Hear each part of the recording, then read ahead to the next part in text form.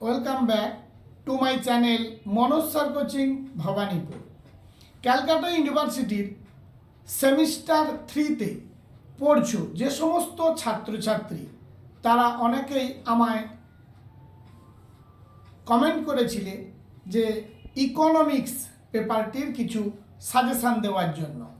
আজকে আমি এই ভিডিওতে তোমাদের ইকোনমিক্স সিসি কিংবা GE3 যাদের রয়েছে তাদেরকে আমি কিছু প্রশ্ন সাজেস্টিভ আলোচনা করব। 2 মার্কের প্রশ্ন, 10 মার্কের প্রশ্ন এবং 5 মার্কের প্রশ্ন। প্রথমে তোমাদের বলি প্রশ্নের স্ট্রাকচার। 10 মার্কের 3টি প্রশ্নের উত্তর তোমাদের দিতে হবে। পরবর্তী দাগে 5 মার্কের 3টি প্রশ্নের উত্তর দিতে হবে এবং 2 মার্কের 10টি কোয়েশ্চেনের উত্তর দিতে হবে।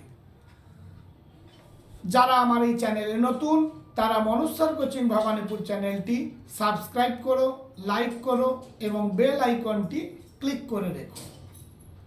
দেখো, আর সময় নষ্ট না করে আলোচনা শুরু করি। 10 মার্কের যে 3টি প্রশ্ন পড়তে হবে তার জন্য খুবই লিমিটেড প্রশ্ন আমি এই ভিডিওতে দিচ্ছি। তোমরা এই চ্যানেলের ওপর আস্থা রেখে প্রশ্ন তৈরি করে যাও, অবশ্যই তোমরা 100% কমন পাবে। দেখো, 10 মার্কের জন্য প্রথম প্রশ্ন যেটি পড়বে, বিশ্ব বাণিজ্য সংস্থার কার্যগুলি কি কি? সদস্য রাষ্ট্র হিসেবে ভারতের ওপর সম্ভাব্য প্রতিকূল প্রভাব কি কি আলোচনা করো। 2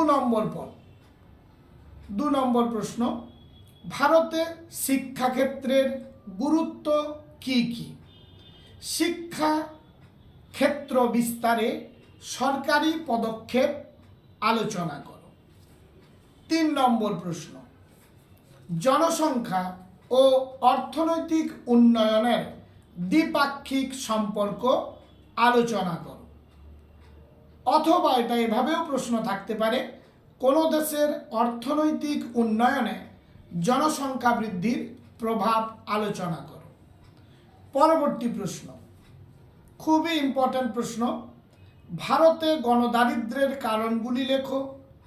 সরকার অবলম্বিত যে কোনো 2টি দারিদ্র্য দূরীকরণের কর্মসূচি লেখো। 7 নম্বর প্রশ্ন, ভেরি ইম্পর্ট্যান্ট। প্রশ্নটা এসেই গেছে মনে হয়, তাই ভালোভাবে এই প্রশ্নটি তৈরি করো। মানব উন্নয়ন কি? মানব উন্নয়নের পরিমাপ হিসেবে মান উন্নয়ন সূচক আলোচনা করো। লাস্ট প্রশ্ন 10 মার্কের জন্য, অর্থনৈতিক উন্নয়ন সংক্রান্ত লুইস মডেলের অনুমানগুলি কি কি? একটি চিত্রের মাধ্যমে এই মডেলের মূল প্রতিপাদ্য বিষয় আলোচনা করো। এই গেল 10 মার্কের প্রশ্ন। আবারও বলি, যারা এই চ্যানেলে নতুন তারা মনোজ স্যার কোচিং ভবানীপুর চ্যানেলটি সাবস্ক্রাইব করে, লাইক করে বন্ধুদের মধ্যে শেয়ার করে দিও, যাতে তারাও প্রশ্নগুলো দেখে তৈরি করতে পারে।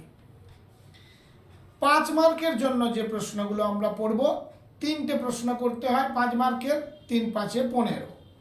1 দাগ, লোরেঞ্জ রেখা সম্পর্কে সংক্ষিপ্ত টিকা লেখো।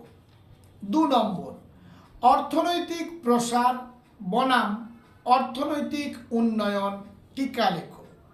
3 দাগ, অর্থনৈতিক উন্নয়নের ওপর জনসংখ্যা বৃদ্ধির অনুকূল প্রভাব লেখো। 4 নম্বর, টিকা লেখো উদ্বৃত্ত শ্রম। 5 নম্বর, সেন এর দারিদ্র্য পরিমাপের পদ্ধতিটি লেখো। 6 নম্বর, ভারতে অর্থনৈতিক সংস্কারের উদ্দেশ্য লেখো। 7 নম্বর, ভারতে আয় বন্টন বৈষম্য আলোচনা করো। লাস্ট প্রশ্ন 8 নম্বরের, সুষম বনাম অসম প্রসার কৌশল সম্বন্ধে টিকা লেখো। এই গেল 8টি প্রশ্ন 5 মার্কের জন্য। তোমাদের 3টি প্রশ্নের উত্তর দিতে হবে। এবার 2 মার্কের জন্য যে প্রশ্নগুলো তোমরা তৈরি করবে সেগুলো আলোচনা করছি। অতি অবশ্যই মন দিয়ে তোমরা ভিডিওটি প্রথম থেকে শেষ পর্যন্ত স্কিপ না করে শুনবে। অতি অবশ্যই এগুলোর মধ্যে পরীক্ষায় পাবে। প্রথম প্রশ্ন, GATT অর্থাৎ গ্যাট এর পুরো কথা কি?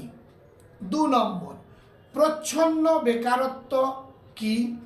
3 নম্বর, মৌসুমি বেকারত্ব কি? 4 নম্বর, দারিদ্র রেখার সংজ্ঞা দাও। 5 নম্বর, একটি অনুন্নত অর্থনীতির 2টি বৈশিষ্ট্য লেখো। 5 নম্বর, অর্থনৈতিক প্রসার কাকে বলে? পরের প্রশ্ন, মাথা গুনতি অনুপাতের সংজ্ঞা দাও। পরবর্তী প্রশ্ন, অসম বিকাশ তত্ত্বের 2জন প্রবক্তার নাম করো। পরের প্রশ্ন, বিশ্ব ব্যাংকের 2টি মূল কার্য লেখো। পরের প্রশ্ন, IMF কবে প্রতিষ্ঠিত হয় বা IMF এর ফুল ফর্মটি কি? International monetary fund. পরের প্রশ্ন, SDR বলতে কি বোঝো? পরের প্রশ্ন, গ্যাট ও WTOর 2টি পার্থক্য লেখো। পরবর্তী প্রশ্ন, অর্থনৈতিক উন্নয়ন কাকে বলে? পরের প্রশ্ন, সুষম প্রসার তত্ত্বের 2টি সীমাবদ্ধতা উল্লেখ করো।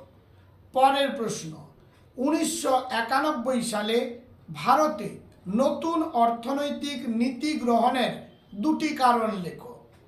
পরের প্রশ্ন, জনসংখ্যার লভ্যাংশ কাকে বলে?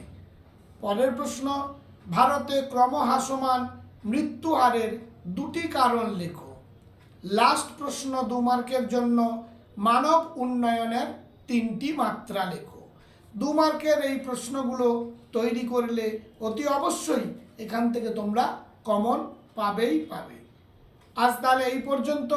বাকি যদি তোমাদের কোনো সাবজেক্টের সাজেশান প্রয়োজন হয় তাহলে তোমরা কমেন্ট করে জানাতে পারো। আমি নিশ্চয়ই চেষ্টা করব তার সাজেশান দেওয়ার জন্য। আর সবশেষে বলি, মনোজ স্যার কোচিং ভবানীপুর চ্যানেলটি সাবস্ক্রাইব করো, লাইক করো, শেয়ার করো, আর এইভাবে আমার পাশে থেকে আমায় উৎসাহিত করো।